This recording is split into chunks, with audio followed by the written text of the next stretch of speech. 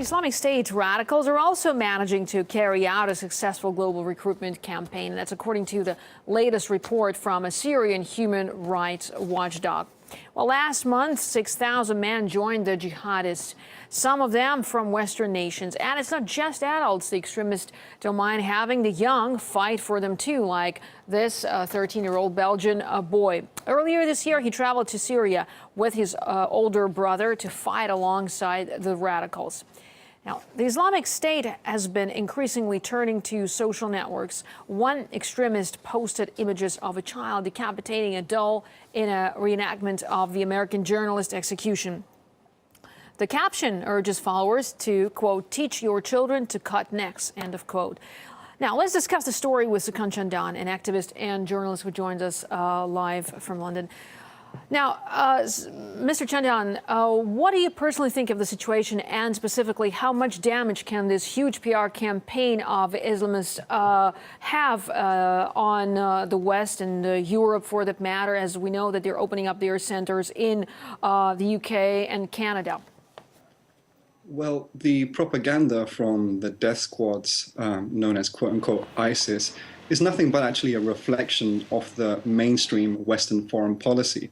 Because Western foreign policy is saying Assad is a tyrant that needs to be overthrown, Putin is a tyrant that needs to be overthrown, and supporting color revolutions, etc. China is a big problem. Libya before under Muammar Gaddafi needs to be overthrown.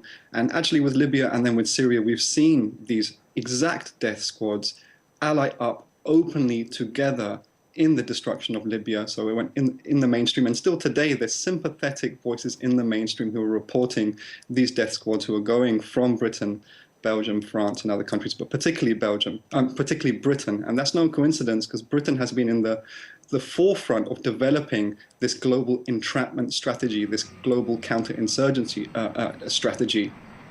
And the parallel can be seen actually with the way they dealt with the death squads in the occupied 6 counties of Northern Ireland, the loyalist death squad. It's very similar, basically proxies promoted by London, Washington and Paris as enemies. So it develops this deceit and this fog of war in all of this mess.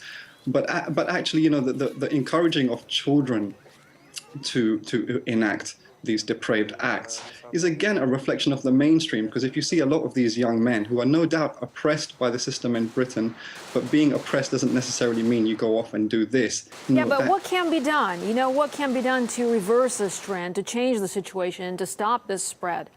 I think there's 2 main things that people should really focus on. First of all is to ally up with the effective and functional counter-terrorism strategies, which is not coming from London and Washington, but actually is coming from Moscow, Beijing, Damascus.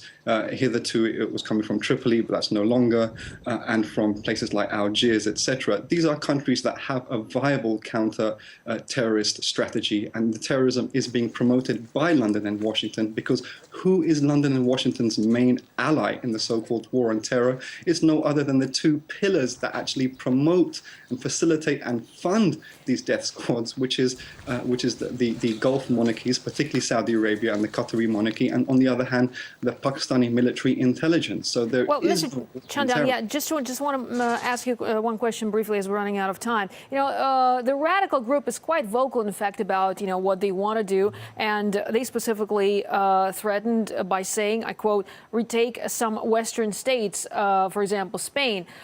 Do you think this is a real threat, or is this a PR move? Very briefly, if you could. No, this is pure PR nonsense, and these people are promoted as enemies. Now, these people wouldn't have got anywhere if they weren't promoted as enemies by the West, and the West wasn't bombing them and mushering them, and at the same time supporting them in Syria and Libya. So there is no threat to Spain by these people, but what there is a threat is it's possible that the British intelligence services will allow one of these people to conduct some terrorism in London, just as they did under 7/7. The British intelligence services have all of these guys under heavy monitoring. Their phones, their computers, etc.